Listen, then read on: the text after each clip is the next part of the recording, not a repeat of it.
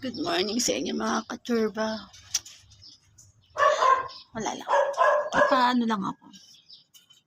Wala sana akong chismis eh. Pero ilang araw na ako ilang araw na akong nagkikismis dito. Kaya dahil dyan, kakaisip ko, kaya wala akong chismis. Kaso ang problema, ang sarap ko na ikismis. Gusto ko na ikismis. Ang iniisip ko, nabubisit ako. Kasi diba, dati nag-ano ko ng SS. So, disability yung nilagay doon. Kasi nga hindi pa ako nakapagtrabaho. Tapos, yung December, naka-receive naman ako ng first time ko talaga. Siguro date ng 21. So, dahil dyan, sa matatapos na ang January, wala ako nakukuha. Hindi ko alam kung bakit. Kasi sa totoo lang, nung unang-una, lahat ng mga nakakachismisan ko, ang sabi nila, pwede daw makakuha ng monthly. Kasi nga nakakuha na ako ng ng December, di ba first time ko. So, nag-try ako makakuha ng January. Siyempre, malaking tulong din yan, no? Tinry ko siya ng birthday, ganun. Kasi pag mga ano daw sa SS, ang mga inaantay na mga number ay kunyari, birthday mo, kunyari 23.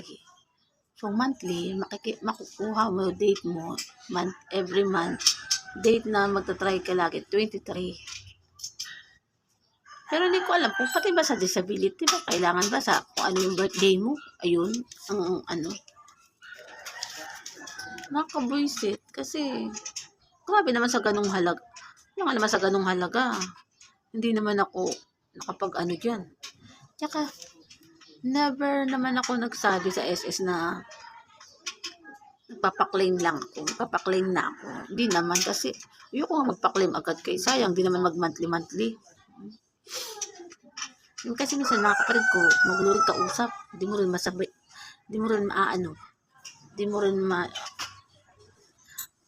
makatulong sa amount diyan. Yung mga negative din mga yan eh. Pagdating sa Datsula, mabilis pa sa alas 4. Kabusi. Kaya ang ending, plano ko talagang bumalik sa SS. Pag ngayong January katapusan na wala pa rin akong makuha sa SS, pupunta uli ako sa SS para maasikaso ko kung ano ba talaga ako. Ano ba to, monthly ba ito? O ano? Wala na akong makukuha. Hindi po nga. Ilang taon na akong sa SS eh. Siguro umabot na ng 20 years. Siguro naka 20 years din ako sa SS. Kasi ilang taon na akong nagtrabaho. Kaya alam ko talaga na marami akong kaltas sa SS dati, di ba? Sayang din naman yun, guys. Kaya, pag nag-try ako ngayon, may nakapag-chika din. Ingay kasi. Ingay ng,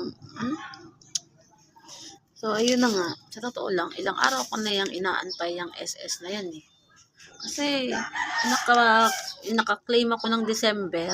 Siyempre, magka-Pasko, mag-New Year. So, nakakapag-claim ako. Yan ang first time ko. So, expected ko na, akala ko, monthly na siya. Monthly na may makukuha na ako sa SS, di ba? Kasi, ang nilagay nila sa akin, disability, di ba? Pero never naman ako nagsabi sa SS na i-claim ko lahat. Wala naman ako sinabi na, kasi sabi ko, nag-stop na akong magtrabaho, gawa ng doktor, kasi nga, tawag doon, na high blood nga dati. So, ginawa ng doktor ko dati, disability na muna. So, hindi ko alam. Maintindihan? Kaya nga, sa totoo lang, nag-start ako ng date ng 23. Kasi sabi ng iba, dinidate daw sa SS. Kunyari, ako, ang date ko ng birthday ay 23. So, kung monthly ka may makukuha, so, ang susundin ko ay yung date ng birthday. Kunyari, 23. So, monthly, sunod-sunod na buwan, yung pa rin ang date ko na 23.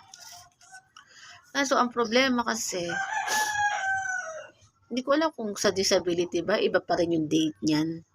Kasi sa mga matatanda, sa mga senior, ang date nila sa SS ay yung birthday yata nila. Sa birthday. Hindi ko alam sa disability kung ano. Inaasikasuhin ko talaga. Pag ngayong January na wala akong makukuha sa SS, pupuntahan ko siya sa SS mismo. Siyempre, para maasikaso ko. Kasi wala namang ibang paraan kundi asikasuhin ko. At pag-usap, alamin ko kung ano ba dapat. Kasi sayang din naman kung may makuha, di ba? Kasi di ba, sa iyo ba, pag disability mo ba, kung nasa SS ka, disability ka, isang beses lang ba yun? Kasi hindi naman ako kumuha ng claim eh. Hindi naman ako kumuha ng claim. So, expect ko na magkakaroon ako ng pension sa SS monthly. Kasi nga, di ba, hindi pa rin ako nakakapagtrabaho. Tsaka, yung inano naman sa akin ng doktor dati na yung papel ng SS na, ayun ang pirma yun na for karamihan ng right side. Karamihan talaga ng problema ko, yung na-stroke ko, ay right side. Kaya, sana naman magkaroon. Sayang din naman yung disability, sayang din naman yung pension, di ba? Kailangan ding maging mahalaga din talaga yung pera na yan. Total na matagal na pinagtrabahuan mo yan dati, nakaltas-kaltas sa SS. Sa ilang taon ko rin naman na nakuha sa dami ng nakakaltas natin sa SS noon. Dapat mapakinabangan naman din kasi hindi naman ako makapagtrabaho eh. So sana mapakinabangan ko naman yung SS na yan. Oo nga. Noon, medyo mura-mura ang SS noon, yung mga unang trabaho ko noon. Pero nung tumagal ng taon, siyempre, tumaas na yung ng SS. Ay po. Nasaan si Kuwan? Nasaan mama mo? Zoe, si mama mo daw. May tatanong lang ako tungkol dun sa project. Bawasan. Paano mo babawasan? Ay, laki ng drawing. Hindi, try ko. Mamaya. Hindi ka siya. Sino? Kaya yan, bago matapos ng January, mga first week ng February, puntahan ko talaga sa SS. Kasi sayang. Mas gusto ko yung monthly na lang kasi sayang din naman pag may makuha, di ba? Ano ka? Dami problema sa SS na yan. Di malaman kung ano yung problema. Kaya alamin ko talaga mag-isa. So wala naman mapapakanabangan. Kundi asikasuhin ko mag-isa. Kaya dapat, pag nakaklaim ako, itago ko rin mag-isa. Ano mangyayari? Kailangan claim. Itago, ano na talaga para maasikaso na yan. Sayang. Para malalakad ko na yan sa February. Mahirap kasi pag pabayaan. Tapos malaman ko ng klaro. Ano talagang para walang problema. Diba? Yun lang, napachika lang ako. Dahil dyan, yun lang, napachika lang ako. Kaya goodbye na sa inyo.